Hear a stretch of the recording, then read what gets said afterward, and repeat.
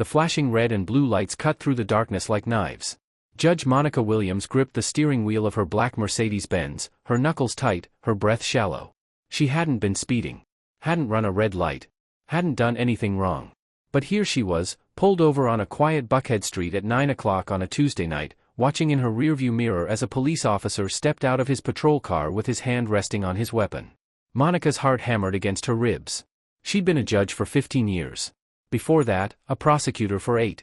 She knew the law inside and out. She knew her rights. But in this moment, sitting alone in her car with those lights flashing behind her, all of that knowledge felt worthless. Because Monica also knew the statistics. She knew the names. Philando Castile. Sandra Bland. Breonna Taylor. She knew that badges and law degrees didn't always protect black skin. Her phone was already in her hand, recording, propped against the dashboard. Whatever was about to happen, there would be evidence. The officer's flashlight beam hit her side mirror first, then swept across her window. Monica lowered it slowly, keeping both hands visible on the wheel. License and registration. The voice was sharp, aggressive, lacking any pretense of courtesy. Officer Derek Matthews stood at her window, his face hard and angular in the glow of his flashlight. His nameplate gleamed under the streetlight. His hand still hovered near his gun. "Officer, may I ask why you pulled me over?" Monica kept her voice calm, steady, even though her pulse was racing. "This vehicle matches the description of a stolen car. License and registration. Now." The words hit her like a physical blow. Stolen? Her car? She'd owned this Mercedes for 3 years. Had the title in her name. Had never missed a single payment. This wasn't possible. "Officer, there must be some mistake. This is my car. I'm Judge Monica Williams from Fulton County Superior Court, and I can show you. I don't care if you're Oprah Winfrey." Derek's voice dripped with contempt. His hand moved to his weapon, fingers curling around the grip. "Step out of the vehicle right now, or I will remove you by force. Don't make me ask again." Monica's mind raced through 1,000 scenarios, none of them good. She thought about the courtroom she'd left just hours ago. The verdict she delivered. The rage in the eyes of the officers who'd stormed out. The finger Captain Richard Hayes had pointed at her, his voice booming into the microphone. "This isn't over, Your Honor."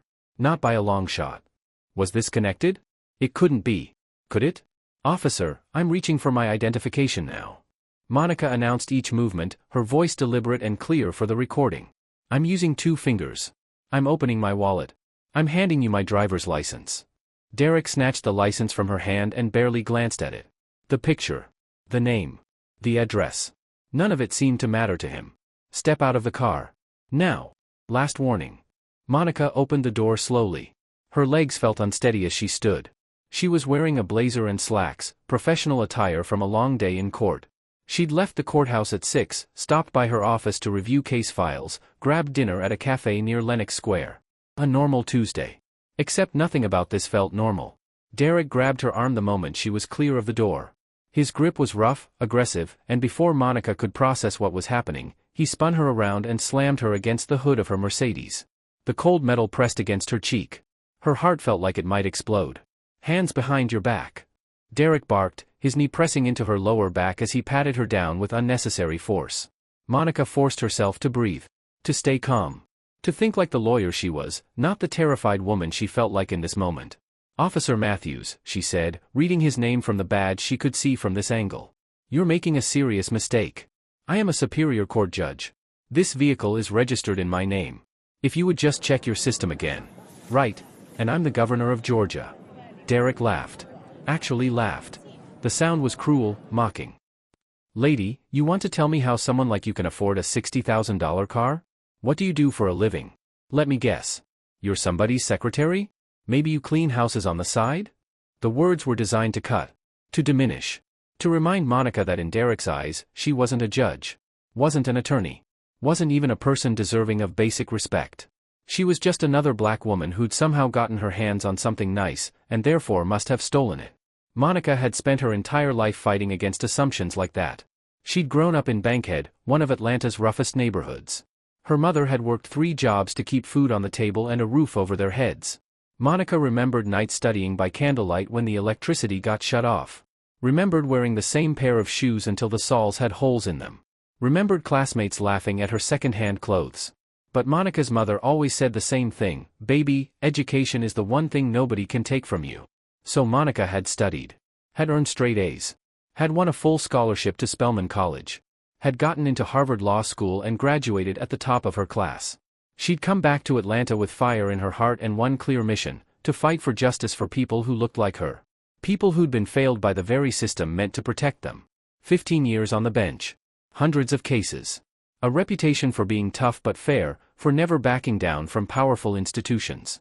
And here she was, face pressed against her own car, being treated like a criminal by an officer who'd already decided she was guilty based on nothing but the color of her skin. "I'm a Superior Court judge," Monica repeated, her voice quiet but firm.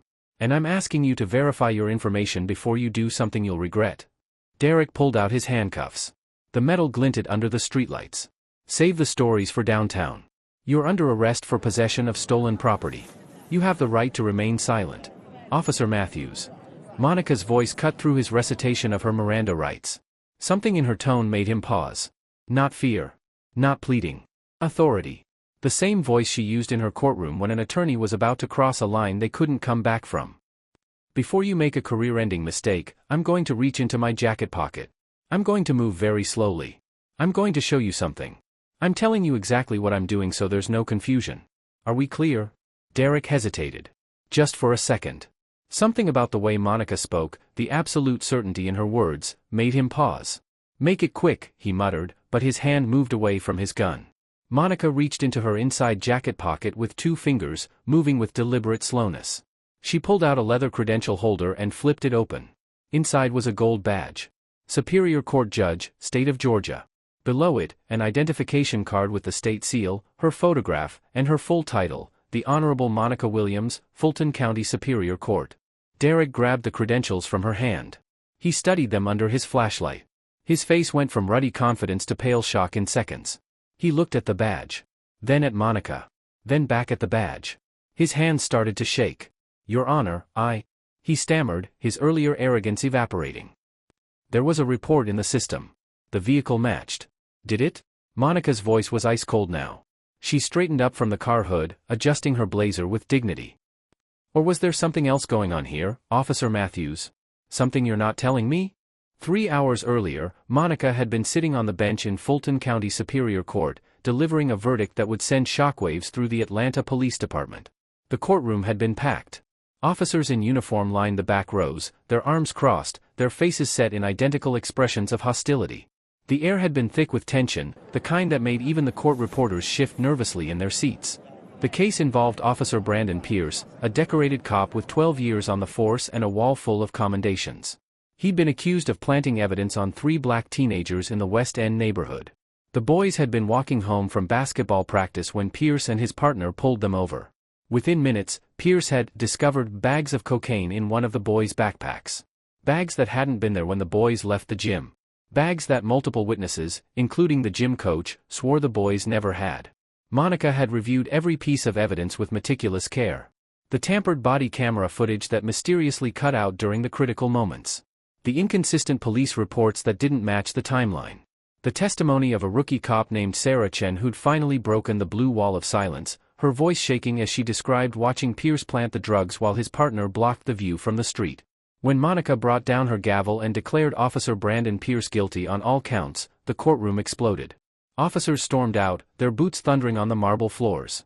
Reporters rushed forward, shouting questions. The families of the 3 boys sobbed with relief, clutching each other in the gallery. But it was Captain Richard Hayes who made Monica's blood run cold.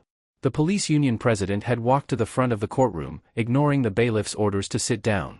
He'd pointed his finger directly at Monica, his face red with rage, and spoken into the microphone that one of the reporters had shoved toward him.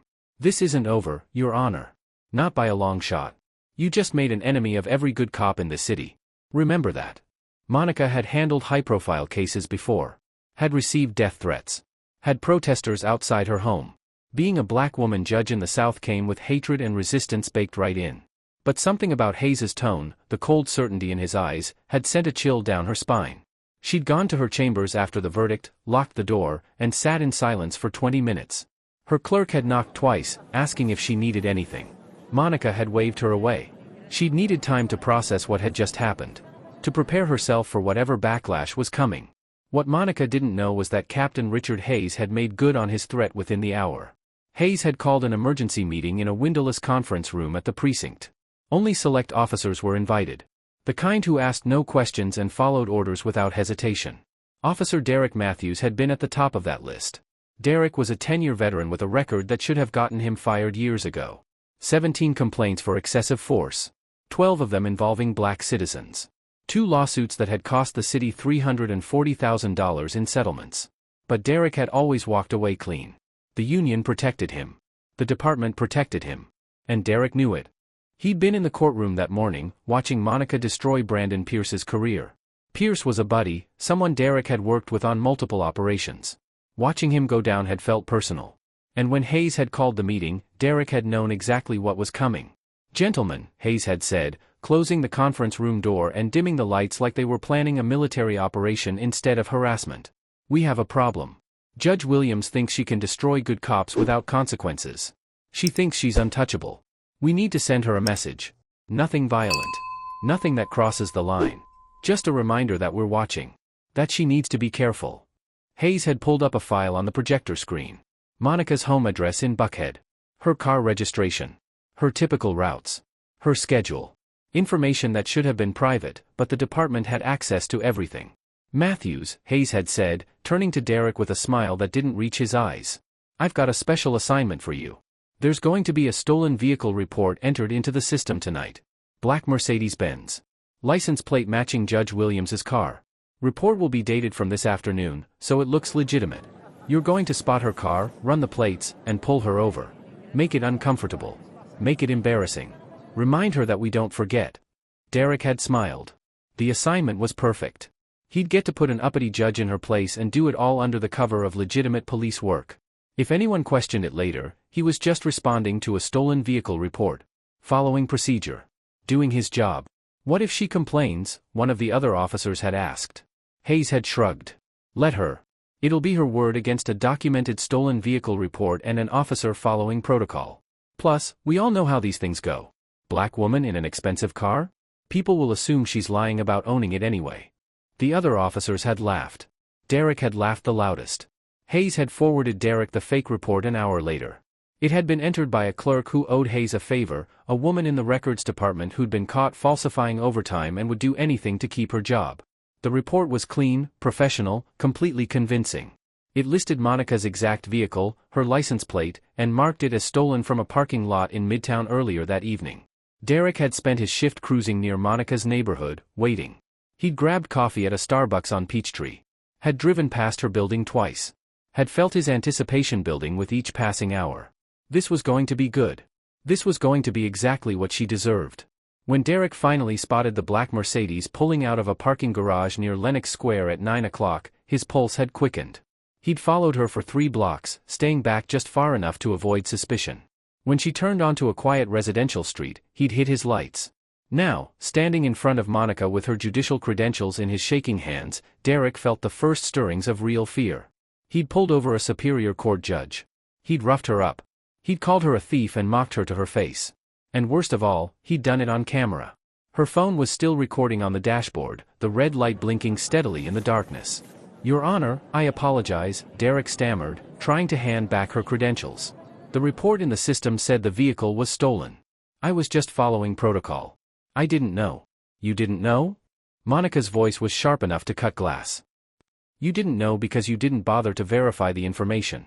You saw a black woman in an expensive car and assumed she was a criminal. That's not protocol, Officer Matthews. That's racial profiling. That's the exact kind of bias that put Officer Pierce in handcuffs today." Derek's mind was racing. He needed to fix this. Needed to make it go away. But even as he thought it, he saw more headlights approaching. 3 patrol cars pulled up to the scene, surrounding Monica's Mercedes with their spotlights. Officers stepped out, and Derek felt a brief surge of relief when he saw Captain Hayes emerge from the lead vehicle. Hayes would fix this. Hayes always fixed things. But when Derek looked at Hayes's face, he saw something that made his stomach drop. Hayes wasn't smiling. His jaw was clenched tight, his eyes darting between Monica, Derek, and the phone still recording on the dashboard. "Your Honor," Hayes said smoothly, walking toward them with his hands raised in a conciliatory gesture. His voice was calm, friendly, completely at odds with the threat he'd issued just hours ago in that courtroom. "I apologize for this misunderstanding. There appears to have been a clerical error in our system regarding your vehicle. Officer Matthews was simply responding to a report. There was no clerical error. Monica's voice cut through the night air like a blade. She turned to face Hayes fully, and Derek saw something in her eyes that made him take a step back. Not fear. Not intimidation. Fury. Cold, controlled, righteous fury. This was retaliation for my verdict today. You ordered this stop, didn't you, Captain Hayes? Hayes's smile faltered for just a second. Your Honor, I don't know what you're talking about. We would never. I was a prosecutor for 8 years before I became a judge, Monica interrupted, taking a step toward Hayes. I know exactly how this works. A fake stolen vehicle report entered into the system hours after I convicted one of your officers. A traffic stop in my own neighborhood by an officer with 17 excessive force complaints on his record, 12 of them against black citizens. And now you, the police union president who threatened me in open court, personally showing up to what should be a routine stolen vehicle call. The mathematical probability of all those things being coincidence is 0. Derek felt like the ground was shifting beneath his feet. How did she know about his complaint record? That information wasn't public.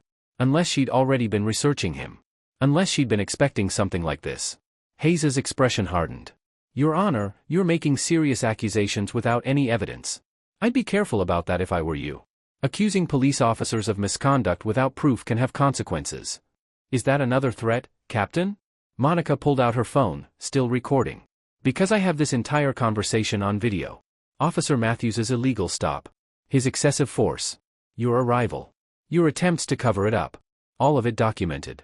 That won't hold up, Hayes said, but his voice had lost its confidence. You were pulled over for a legitimate stolen vehicle report. We have the documentation. Any lawyer will tell you. I am a lawyer, Monica said quietly. And a judge. And I'm telling you that fabricating a police report to harass a sitting judge is a federal crime. Conspiracy to violate civil rights. Abuse of authority. Obstruction of justice. I can keep going if you'd like. Derek watched Hayes's face turn red. The captain took a step toward Monica, and Derek saw his hand move toward his belt. For a terrible moment, Derek thought Hayes might actually do something violent. Might cross the line they couldn't come back from. But what happened next, none of them saw coming. One of the officers who had arrived with Captain Hayes stepped forward. He was young, maybe late 20s, with dark skin and kind eyes that looked out of place among the hostile faces surrounding Monica's car. His nameplate read Thompson. Officer Marcus Thompson. Your Honor, Marcus said, his voice steady despite the tremor Derek could see in his hands. I can confirm what you just said. The street went silent. Even the distant traffic noise seemed to fade. Hayes whipped around to face Marcus, his expression twisting into something ugly. Officer Thompson, Hayes said, his voice low and dangerous. Stand down. That's an order. But Marcus didn't move. He stood straighter, his hands at his sides, his eyes fixed on Monica. Captain Hayes briefed us an hour ago. He told us to follow Officer Matthews and provide backup when he pulled you over. He said it was a high-risk stolen vehicle stop. But I have the dashcam footage from my patrol car. I recorded the whole briefing. Derek felt his chest tighten. No, this couldn't be happening. Marcus had been in that conference room? Derek had assumed all the officers present were on board, were part of the team. But Marcus had been recording? Hayes took a step toward Marcus, his face purple with rage. You recorded a confidential operational briefing? You're done, Thompson. Badge and gun. Right now. No sir, with all due respect, I won't. Marcus's voice was stronger now, more confident. He looked at Monica, then back at Hayes. I became a cop to serve justice, not to participate in corruption. Your Honor, this was a coordinated setup. Captain Hayes specifically selected officers he knew would follow orders without question. He provided Officer Matthews with a fake stolen vehicle report. He told us to make sure there were multiple witnesses to your humiliation. And I have all of it on camera. 2 more officers who had arrived with Hayes stepped forward. One was a white woman in her 40s, Officer Linda Chen. The other was a Hispanic man about Derek's age, Officer Roberto Sanchez. They moved to stand beside Marcus, their faces grim but determined. We heard it too, Your Honor, Linda said. We were in that briefing. Captain Hayes made it clear this was about punishing you for the Pierce verdict. He said, and I quote, Judge Williams needs to learn that she can't destroy cops without consequences. We're going to remind her who really runs the city. Derek's world was collapsing. 3 officers were breaking ranks. 3 witnesses to Hayes's conspiracy. And Monica's phone was still recording every word. Hayes looked at his officers with pure hatred. You 3 just ended your careers. All of you. I'll make sure you never work in law enforcement again. I'll make sure. You'll make sure what, Captain? Monica's voice cut through Hayes' threats like a knife. She held up her phone, the red recording light still blinking. That you'll retaliate against officers for telling the truth? That you'll obstruct justice even further? Please, keep talking. My phone has plenty of storage. Hayes' mouth opened and closed like a fish. Derek had never seen the captain speechless before. Hayes was always in control, always 3 steps ahead. But now he looked cornered, desperate, and Derek realized with growing horror that they were all going down with him. Officer Matthews, Monica said, turning to face Derek directly. Her eyes were hard, unforgiving. You have 17 complaints on your record. 17 times that citizens reported you for excessive force, illegal searches, racial profiling, and abuse of authority. 12 of those complaints involved black victims. 2 resulted in lawsuits that cost the city over $300,000. And yet here you are, still on the force, still abusing your power, still targeting people who look like me. Derek couldn't speak. His throat felt tight. Everything she was saying was true, and hearing it laid out like that, in that calm judicial voice, made him feel exposed. Ashamed. Though the shame was quickly being buried under anger. I followed procedure, Derek said, but his voice sounded weak even to his own ears. There was a report in the system. A report that Captain Hayes had fabricated specifically to target me, Monica finished. A report that you never bothered to verify because you were too eager to put a black woman in her place. Tell me, Officer Matthews, when you slammed me against my car, when you mocked my profession, when you asked me if I was somebody's secretary, were you following procedure then? Derek felt his face burning. The other officers were watching him now. Even Hayes had gone quiet, realizing that anything he said would only make things worse. I want your badge number, Monica said. I want your supervisor's name. I want the name of every officer present at Captain Hayes' briefing tonight. And I want all of you to know that what happened here will not be swept under the rug. There will be an investigation. There will be consequences. And this time, the blue wall of silence won't protect you. Derek fumbled for his radio, but his hands were shaking too badly to key the microphone. He looked at Hayes, silently pleading for the captain to do something, say something, make this go away. But Hayes just stared at Monica with barely contained rage. Your Honor, Marcus said, pulling out his phone. I'm calling my watch commander right now. We need to document everything while it's fresh. And I'm requesting that Internal Affairs be notified immediately. No, Hayes snapped. Nobody's calling Internal Affairs. This is a departmental matter. This is a federal civil rights matter, Monica corrected. And I'll be contacting the FBI's Civil Rights Division first thing tomorrow morning. Captain Hayes, you threatened a sitting judge in open court. Then you conspired to have that judge illegally detained and harassed. That's not just misconduct. That's a felony. Multiple felonies. Derek watched Hayes' face cycle through emotions. Rage. Fear. Calculation. The captain was trying to figure out a way to spin this, to minimize the damage. But there was no spin good enough to overcome 3 officers willing to testify and a judge with video evidence. We were protecting our own, Hayes said finally, his voice defensive. Officer Pierce was a good cop who got railroaded by political correctness. You destroyed his career over some trumped-up charges from gang members pretending to be victims. We were sending a message that we won't stand for that. You were sending a message, Monica repeated slowly. That's what you just said? You were sending me a message. Thank you, Captain Hayes. That's a confession of conspiracy. On camera. In front of witnesses. Hayes' eyes widened as he realized what he'd just done. He'd admitted it. He'd confessed to the entire scheme out of anger and arrogance, and now there was no taking it back. Derek felt sick. This was supposed to be simple. Pull over the judge, embarrass her, remind her who held the real power in Atlanta. Instead, it had turned into a disaster that would likely end all their careers. And Hayes had just made it so much worse. I'm calling my attorney, Hayes said, pulling out his phone. Good idea, Monica said. You're going to need one. Officer Thompson, Officer Chen, Officer Sanchez, I want you to know that I will personally ensure you're protected from any retaliation. What you did tonight, breaking ranks to tell the truth, that takes courage. Real courage. The kind of courage that should be the foundation of good policing. Marcus looked like he might cry. Linda wiped at her eyes. Roberto just nodded, his jaw set with determination. The watch commander arrived 15 minutes later, along with 2 internal affairs investigators who happened to be working late. They separated everyone, took statements, collected Monica's phone footage and Marcus's dashcam recording. Derek stood by his patrol car, watching his career dissolve in real time. One of the IA investigators, a stern woman named Detective Brooks, pulled Derek aside. Officer Matthews, you need to understand the seriousness of what happened here tonight. You pulled over a superior court judge based on a fabricated stolen vehicle report. You used excessive force during the stop. You made racially charged comments. And you did all of this at the direction of Captain Hayes as part of a conspiracy to intimidate a sitting judge. Do you understand that these are career-ending allegations? Derek wanted to argue. Wanted to defend himself. But what could he say? Everything she'd listed was true. He'd done all of it, on camera, with witnesses. I was following orders, Derek said, knowing how pathetic it sounded. That's not a defense, Detective Brooks said. You're a 10-year veteran. You know right from wrong. You knew this was wrong when you did it, and you did it anyway because you thought you'd get away with it. That's the problem with officers like you, Matthews. You've gotten away with it for so long that you forgot there might actually be consequences. Derek looked over at Monica, who was speaking calmly with the watch commander and the other IA investigator. She didn't look shaken. Didn't look scared. She looked like exactly what she was, a judge who'd spent her entire career fighting corruption and wasn't about to back down now. Hayes was in the back of a patrol car now, his hands cuffed behind his back. The IA investigators had determined there was enough probable cause to detain him pending further investigation. Derek would probably be next. Am I being arrested? Derek asked Detective Brooks. Not yet, she said.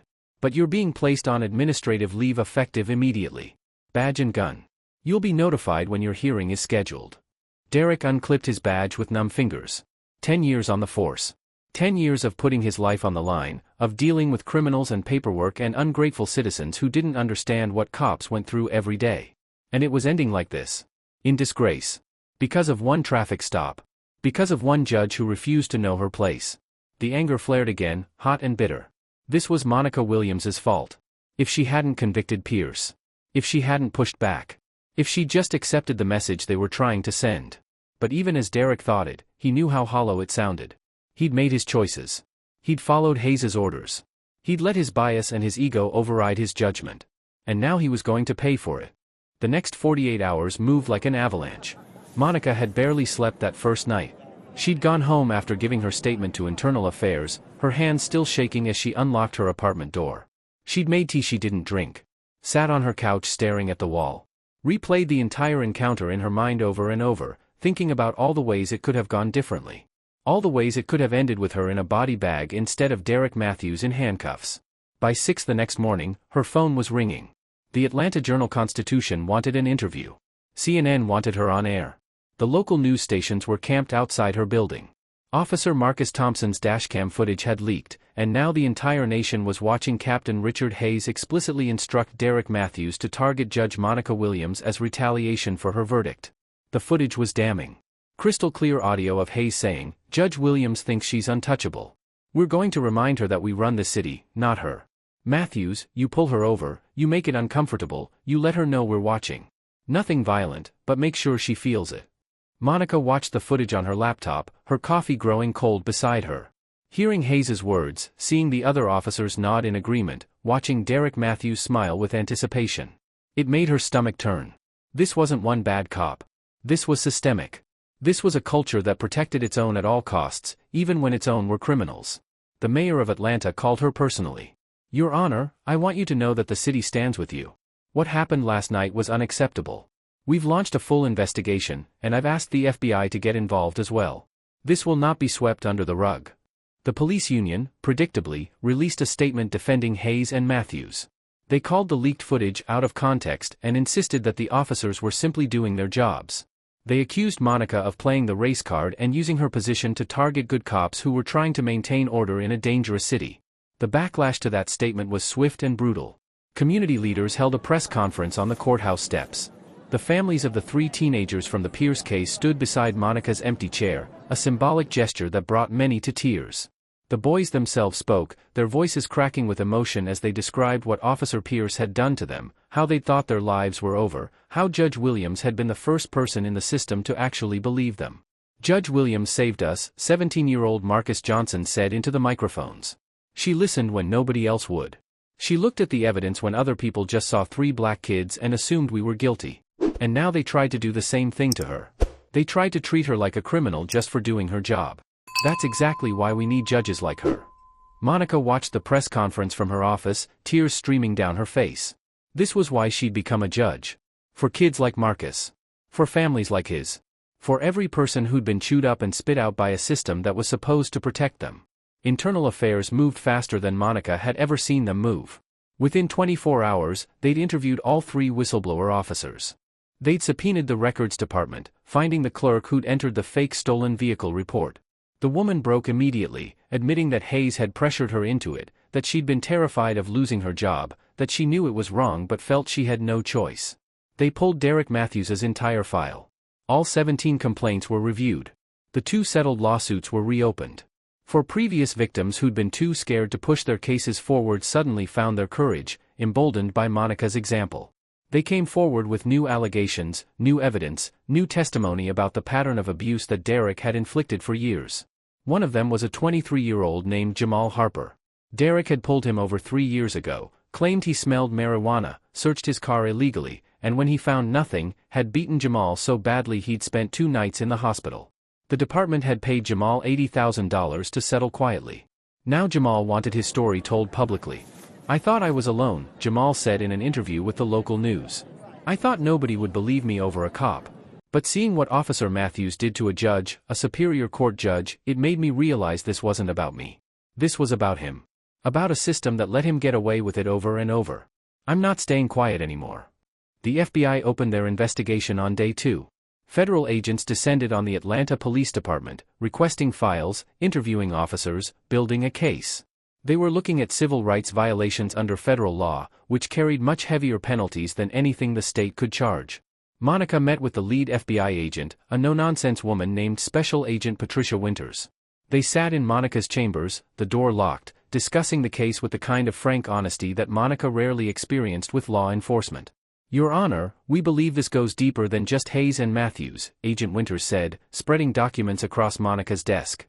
"We're finding evidence of a pattern. Officers who speak out against misconduct getting pushed out. Complaints that disappear from files. Whistleblowers who suddenly find themselves under investigation for minor infractions. The union has created a system where loyalty matters more than integrity." Monica studied the documents. Names she recognized. Cases she'd presided over. A web of corruption that was bigger and more organized than she'd imagined. "What do you need from me?" Monica asked. "Your testimony, eventually," Agent Winters said. "But right now, we need you to be patient. Let us build the case. Don't do any interviews. Don't make any public statements beyond what you've already said.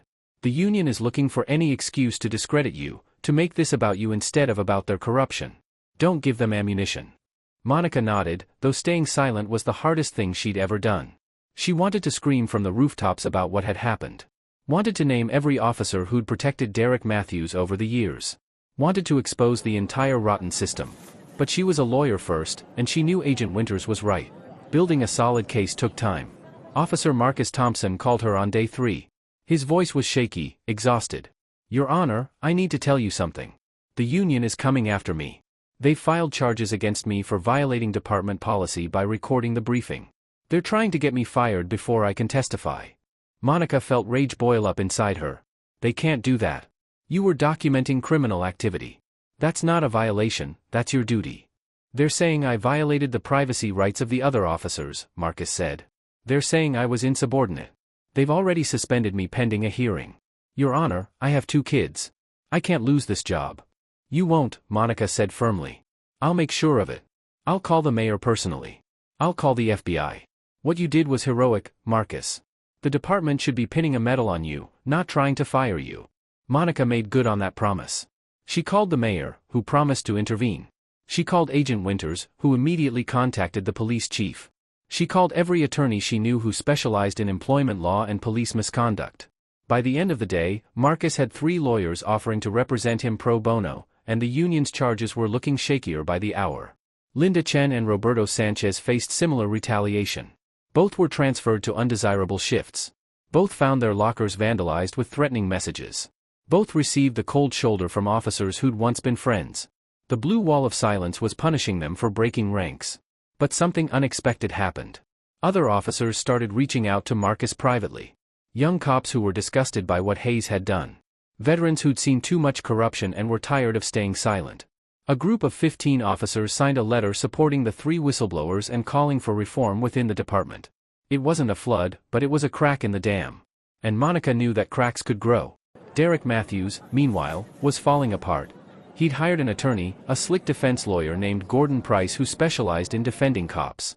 Price held a press conference claiming Derek was a scapegoat, that he'd been following orders, that he couldn't have known the stolen vehicle report was fake. But Price's defense crumbled when the records clerk gave her testimony. She admitted Hayes had ordered her to create the report. She admitted she'd backdated it to make it look legitimate. She admitted Derek had called her the day before to confirm the report would be in the system, which meant Derek knew it was fake from the start. Derek's attorney tried to claim entrapment. Tried to claim selective prosecution. Tried every legal maneuver in the book. But the evidence was overwhelming. The dashcam footage. Monica's recording. The testimony of 3 officers. The documented history of complaints. The previous victims coming forward. It was an avalanche of proof that buried any hope Derek had of walking away. Monica learned through her contacts at the department that Derek had tried to make a deal. He'd offered to testify against Hayes in exchange for immunity. But the prosecutors weren't interested. They had enough evidence to convict both men, and they wanted both convictions. 3 weeks after that night on the street in Buckhead, the district attorney held a press conference. She stood at a podium surrounded by FBI agents, internal affairs investigators, and community leaders. The announcement was simple and devastating. Officer Derek Matthews was being charged with false imprisonment, abuse of authority, civil rights violations, conspiracy to violate civil rights, and assault under color of law. 5 felony counts. If convicted on all charges, he faced up to 20 years in prison. Captain Richard Hayes was being charged with conspiracy to violate civil rights, abuse of authority, obstruction of justice, filing a false police report, witness intimidation, and criminal conspiracy. 8 felony counts. If convicted, he faced up to 30 years in federal prison. The records clerk was given immunity in exchange for her testimony. She'd lost her job, but she wouldn't face criminal charges. And the Atlanta Police Department announced a top-to-bottom review of its complaint system, its use of force policies, and its union contract. The mayor announced the formation of a civilian oversight board with real power to investigate and discipline officers. It wasn't everything reformers wanted, but it was a start. Monica watched the press conference from her chambers, her hands clasped in her lap.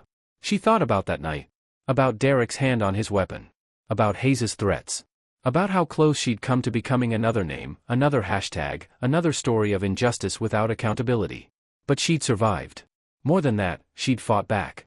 And now the system that had tried to break her was being forced to change. Her phone buzzed.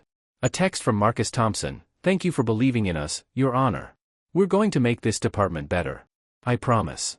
Monica smiled for the first time in 3 weeks. Change was possible. Justice was possible. It just took courage. The trial of Captain Richard Hayes began on a cold morning in February. The federal courthouse in downtown Atlanta was packed with reporters, police officers both in uniform and plainclothes, community activists, and citizens who'd been following the case since that night in Buckhead. Monica sat in the gallery, her hands folded in her lap, watching as Hayes was led into the courtroom in a suit that couldn't hide the prison pallor he'd developed over the past 3 months. Hayes had been denied bail. The judge had ruled that he posed a flight risk and a potential danger to witnesses, especially after threatening text messages to Marcus Thompson had been traced back to a burner phone registered to Hayes's cousin. That had added another charge to his growing list: witness tampering. The prosecution's case was devastating. They started with the dashcam footage from Marcus's patrol car. The courtroom went silent as Hayes's voice filled the space, clear and unmistakable: "Judge Williams thinks she's untouchable. We're going to remind her that we run this city, not her." The jury, 8 women and 4 men of mixed races, watched with expressions ranging from disgust to fury. One older black woman in the front row shook her head slowly, her lips pressed tight. Marcus Thompson took the stand on day 2. He walked to the witness box in his dress uniform, his posture military straight despite the obvious tension in his shoulders. He'd been promoted to sergeant just weeks before, a move the new police chief had made to send a clear message about what kind of officers the department valued. Marcus's testimony was calm, detailed, and utterly damning. He described the briefing where Hayes had laid out the plan. He explained how Hayes had specifically chosen officers with questionable records, officers who wouldn't ask uncomfortable questions. He talked about the moment he'd realized this wasn't legitimate police work but a coordinated attack on a sitting judge. "Why did you record the briefing?" the prosecutor asked. Marcus looked directly at the jury. "Because I grew up watching my father, my uncles, my cousins get harassed by cops who thought they could do whatever they wanted. I became a police officer to change that. To be better than that." When Captain Hayes started talking about targeting Judge Williams, I knew it was wrong. I knew it was criminal. And I knew that if I didn't document it, nobody would believe it happened. Hayes's attorney, a high-priced defense lawyer named Robert Cunningham, tried to discredit Marcus on cross-examination. Tried to paint him as a disgruntled officer with an agenda, someone who'd been passed over for promotions and was looking for revenge. But Marcus didn't break. He answered every question with the same steady calm, never raising his voice, never losing his composure. Linda Chen and Roberto Sanchez testified next. Their stories corroborated everything Marcus had said. They described the hostile atmosphere in the department after the Pierce verdict. They talked about how Hayes had been openly furious, how he'd made comments about putting Judge Williams in her place. They admitted they'd been scared to speak up at first, scared of losing their jobs, scared of being labeled as traitors. "What changed your mind?" the prosecutor asked Linda. Linda's voice wavered slightly. Watching Officer Matthews slam Judge Williams against her car. Watching him mock her, humiliate her, treat her like a criminal when she'd done nothing wrong. In that moment, I realized I had a choice. I could be part of the problem, or I could be part of the solution. I chose solution. The records clerk, a nervous woman named Patricia Moore, testified about how Hayes had pressured her into creating the fake stolen vehicle report. She cried on the stand, her voice breaking as she described how terrified she'd been, how Hayes had threatened to expose a small mistake she'd made on her time card if she didn't help him. "He said it was just a prank," Patricia sobbed. "He said they were just going to scare her a little, remind her who she was dealing with. He said nobody would get hurt. I knew it was wrong. I knew I shouldn't do it. But I have 3 kids and I couldn't lose my job. I'm so sorry."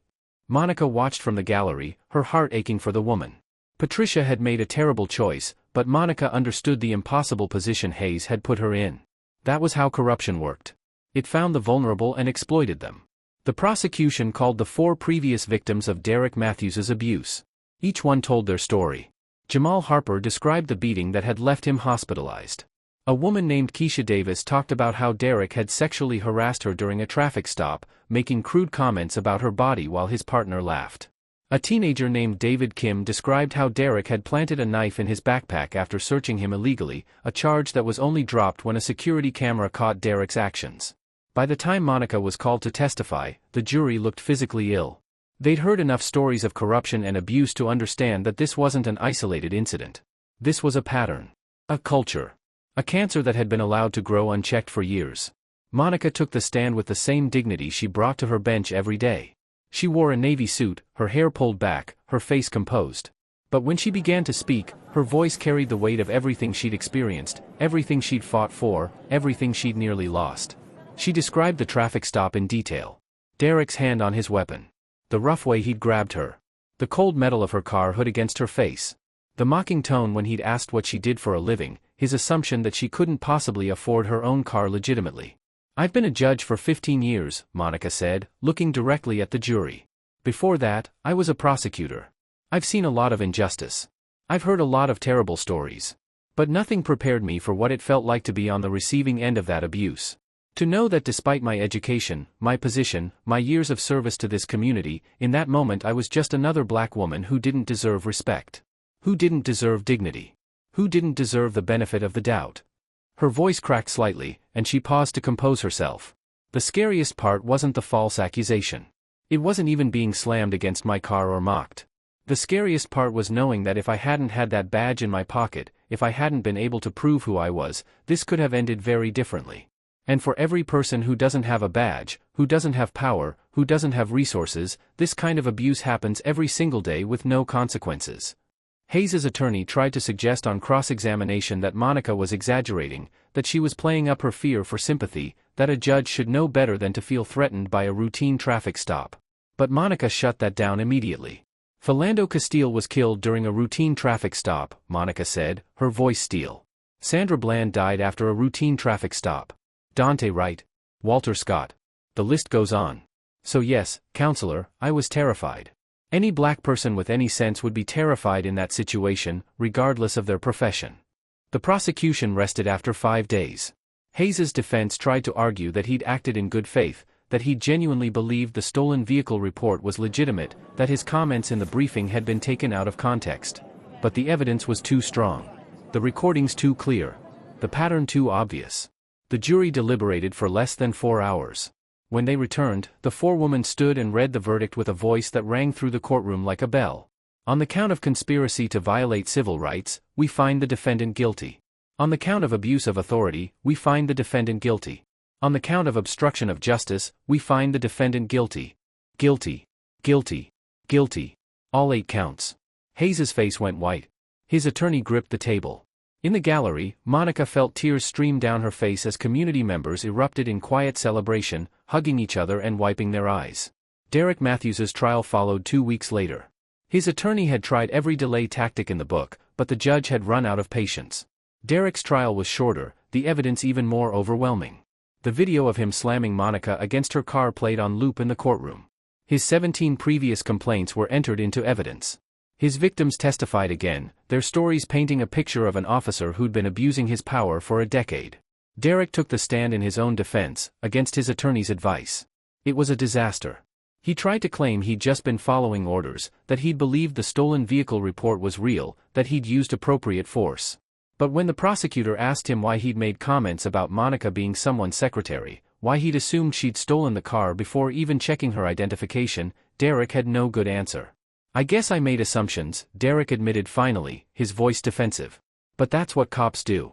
We make quick judgments based on experience." "Based on the color of someone's skin?" the prosecutor asked. "No, I didn't mean that." "Then what did you mean, Officer Matthews? What experience told you that a well-dressed black woman in an expensive car must be a thief?" Derek had no answer. The jury convicted him on all 5 counts after 3 hours of deliberation. The sentencing hearings were held on the same day, a month later. Monica sat in the front row, flanked by Marcus Thompson, Linda Chen, and Roberto Sanchez. The courtroom was packed with victims, supporters, and officers both supporting and protesting the convictions. Captain Richard Hayes was sentenced first. The federal judge, a stern woman named Judge Patricia Sullivan, didn't mince words. "Captain Hayes, you held a position of great trust and authority. You were meant to protect the citizens of Atlanta, to uphold the law, to ensure justice. Instead, you used your power to intimidate, harass, and violate the civil rights of a sitting judge because she had the courage to hold a corrupt officer accountable. Your actions weren't just criminal. They were a betrayal of everything law enforcement is supposed to represent." Judge Sullivan sentenced Hayes to 4 years in federal prison, followed by 3 years of supervised release. His pension was revoked. He would never be allowed to work in law enforcement again. As Hayes was led out in handcuffs, he looked at Monica one last time. The arrogance was gone. The confidence was gone. All that remained was a broken man facing the consequences of his choices. Derek Matthews was sentenced next. Judge Sullivan was equally harsh. "Officer Matthews, your record shows a pattern of abuse spanning 10 years. 17 complaints. Multiple lawsuits. Victims who were too scared or too intimidated to pursue justice. You were given chance after chance, and you squandered every one. Your actions on the night you pulled over Judge Williams were the culmination of years of unchecked abuse. You treated her with contempt because of the color of her skin. You assaulted her. You humiliated her. And you did it all while wearing a badge that was meant to symbolize protection and justice." Derek received 6 years in federal prison, with 2 years of supervised release to follow. Like Hayes, his pension was revoked, his law enforcement career permanently ended. As he was led away, several of his victims in the gallery openly wept with relief. But the real changes were happening outside the courtroom. The Atlanta Police Department had implemented sweeping reforms.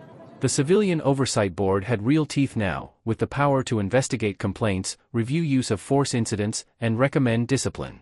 The union contract had been renegotiated to make it harder to protect bad officers. Body cameras were now mandatory and tampering with them was grounds for immediate termination. Marcus Thompson had become the face of reform within the department. He'd been appointed to lead a new unit focused on building community trust and training officers on constitutional policing. Linda Chen and Roberto Sanchez had joined his team. Together, they were working to change the culture from within, one officer at a time. Monica continued serving on the bench with renewed purpose. She'd been invited to speak at law schools across the country, at police academies, at civil rights conferences. She'd become a national symbol of courage and resilience, proof that standing up to corruption could lead to real change. But more importantly, she'd become a symbol for every person who'd ever been mistreated by those sworn to protect them. Her story had given voice to countless victims who'd been silenced, who'd been told nobody would believe them, who'd been made to feel like they deserved their abuse. 6 months after the sentencing, Monica was invited to speak at a community forum in Bankhead, the neighborhood where she'd grown up. She stood in the same recreation center where she'd played as a child, looking out at faces that reminded her of her younger self. Kids who were struggling. Families who were barely getting by. People who'd been failed by the system over and over. "I want you to know something," Monica said, her voice carrying to the back of the room. "What happened to me that night could have ended very differently. If I hadn't had that badge. If those 3 officers hadn't had the courage to speak up. If the system had protected the corrupt officers like it has so many times before. I might not be standing here today." She paused, looking at the children in the front row. "But here's what I learned. Justice isn't something that just happens. It's something we fight for. Every single day. It's prosecutors who refuse to look the other way. It's officers who break ranks to tell the truth. It's judges who won't be intimidated. It's citizens who refuse to accept that this is just the way things are." Monica pulled out her judicial badge, the same one she'd shown Derek Matthews that night. "This badge saved my life. But it shouldn't have to. Every person in this room deserves to be treated with dignity and respect, whether they have a badge or not. Whether they're a judge or a janitor. Whether they drive a Mercedes or take the bus. That's what justice means. That's what we're fighting for." The room erupted in applause. People stood, tears streaming down their faces. An elderly woman in the front row, who looked about the same age Monica's mother would have been, stood and said simply, "Your mama would be so proud." Monica felt her own tears fall then. Her mother had died 5 years ago, had never gotten to see this moment. But Monica knew she was right. Her mother, who'd worked 3 jobs and sacrificed everything so her daughter could have an education, would have been proud. Not just of the verdict or the reforms or the national attention. But of the fact that Monica had stood up. Had refused to back down. Had fought for justice even when it would have been easier to stay silent. That night, Monica returned to her apartment and sat at her desk. She pulled out a legal pad and began writing notes for her next case, a wrongful death suit involving a police shooting. The work never stopped. The fight for justice was ongoing. But now, at least, she knew she wasn't fighting alone. Her phone buzzed with a text from Marcus Thompson. "Just wanted to say thank you again, Your Honor. 20 new recruits started at the academy today. We told them your story. They understand what kind of officers we need them to be." Monica smiled and texted back, "The honor is mine, Sergeant Thompson. Keep fighting the good fight." She looked at the badge sitting on her desk, the gold medal catching the lamplight. It had identified her that night. Had proven who she was. Had ended Derek Matthews's career and exposed Richard Hayes's corruption. But more than that, it represented everything she'd fought for. Every sacrifice. Every struggle.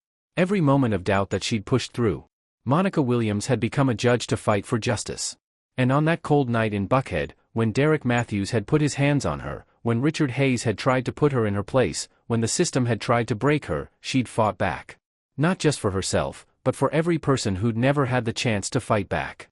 For every victim who'd been silenced. For every family who'd been told their pain didn't matter. The real victory wasn't Hayes's 4 years in prison or Derek's 6. It wasn't the reforms or the headlines or the national attention. The real victory was the message that had been sent to every officer, every official, every person who thought they were above the law: you're not. No one is. Not even those who enforce it. And that message, more than anything else, was the justice Monica had spent her entire life fighting for. Justice that said respect goes both ways. Justice that said power without accountability is tyranny.